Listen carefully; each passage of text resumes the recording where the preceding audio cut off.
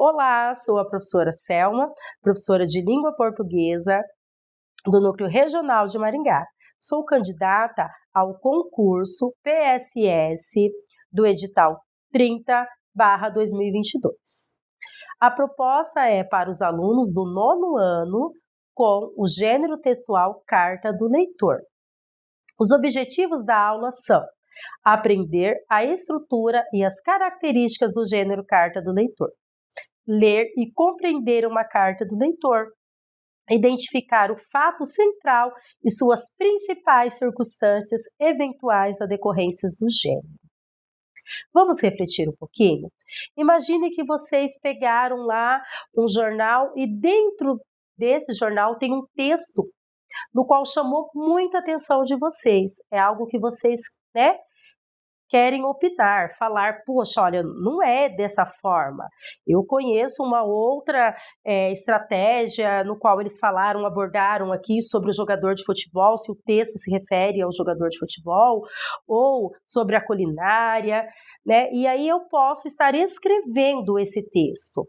Ou vocês podem esclarecer alguma dúvida em relação a ele. E agora imaginem um texto de vocês publicado em uma revista, jornal, em um site. Que legal, não é mesmo? Carta do leitor, pessoal, é através desse gênero textual que o leitor pode interagir, manifestando-se sobre o assunto tratados. O veículo de comunicação tem como oportunidade de conhecer e divulgar o posicionamento dos seus leitores. Então, nada mais é, o gênero Carta do Leitor, do que você opinar sobre um texto que vocês gostaram ou até mesmo não gostaram. É um texto argumentativo, no qual eu posso dar a minha opinião sobre o assunto, criando aí um feedback dos leitores para os escritores. Os elementos da carta do leitor, eles são bem parecidos com a carta pessoal. Eu tenho aqui local e data, né? Eu preciso de identificar a cidade da onde eu estou e a data no qual estou escrevendo essa carta.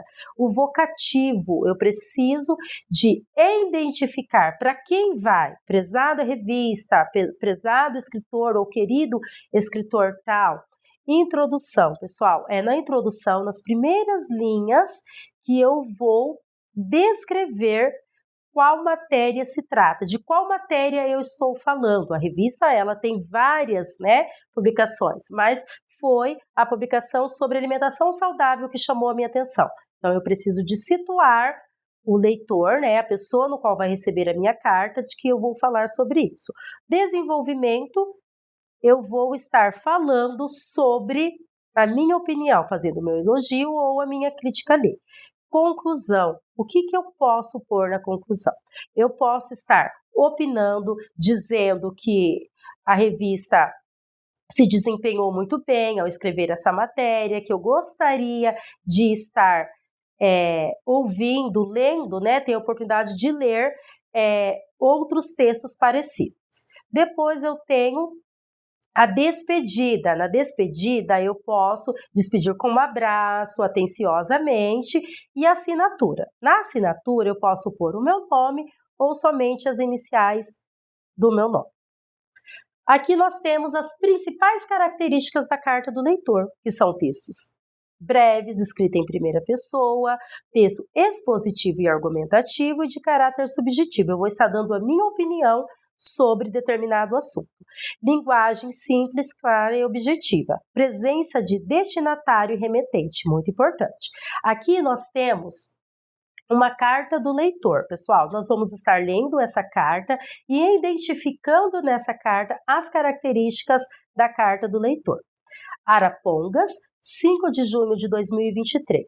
Prezado senhor Silva, como leitor frequente da revista Saúde, em primeiro lugar, venho agradecer os benefícios que os artigos publicados vêm proporcionando à minha família.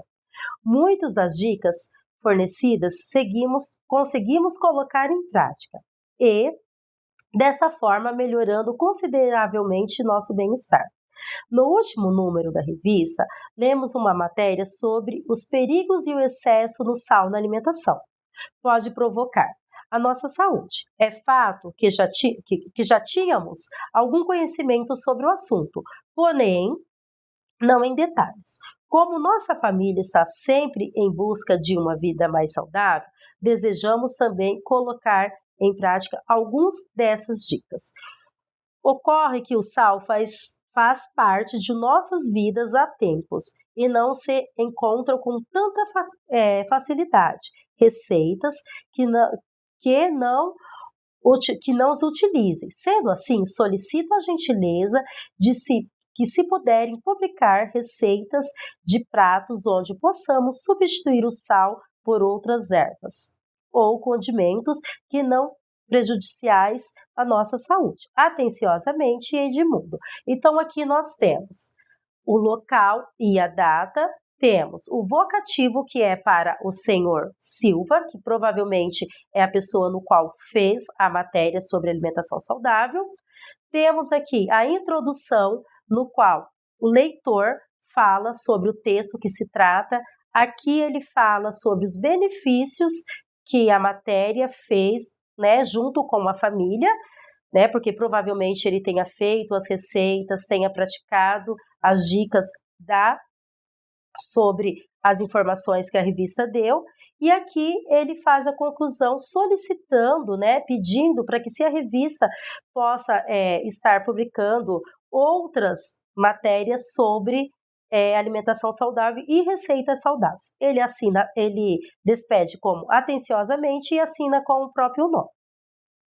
Aqui nós temos uma atividade, tá? Só para vocês observarem e responderem oralmente. Qual a finalidade da carta do leitor? O trecho é fato que já tínhamos algum conhecimento sobre o assunto, porém, não em detalhes. A palavra destacada estabelece uma ideia de... A palavra porém, pessoal, qual a ideia que ela traz, né, aqui nessa frase? De adição, oposição, conclusão ou explicação. Quem redigiu a carta? Quem escreveu essa carta? E aqui, né, qual é o assunto principal abordado na carta? Aqui nós temos o que aprendemos, né, que é o que é a carta do leitor, as características e a estrutura da carta do leitor, o veículo de comunicação. Nós analisamos uma carta, né, no qual nós falamos sobre ela, e como proposta de produção, um mapa mental, que nós vamos ver. Aqui são os descritores trabalhados, né, que é identificar a tese de um texto. Nós conseguimos estabelecer relações entre a tese e os argumentos oferecidos e sustentá-lo, diferenciar as partes principais e secundárias de um texto, estabelecer relações entre partes de um texto, identificando repetições ou substituições que contribuem à continuidade do texto. Aqui são as referências no qual foram usadas para as aulas. E agora nós temos uma proposta de atividade, lembrando, tá, dos mapas mentais feito em aulas anteriores. Vocês vão produzir um mapa mental, né? Cada um vai produzir o seu individual e nós vamos estar compartilhando para que os seus colegas possam ver, né, e conseguir dialogar sobre os mapas mentais. Em outro momento faremos umas atividades em pares.